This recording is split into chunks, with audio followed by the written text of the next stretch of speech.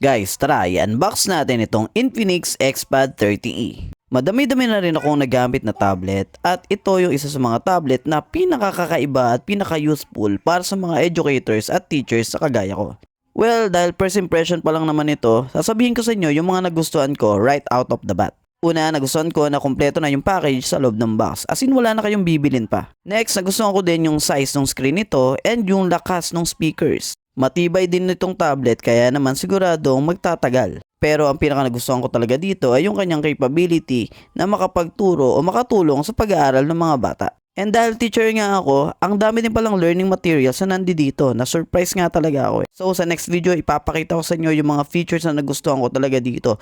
Especially yung mga applications na nakakatulong talaga sa pag-aaral ng mga anak natin.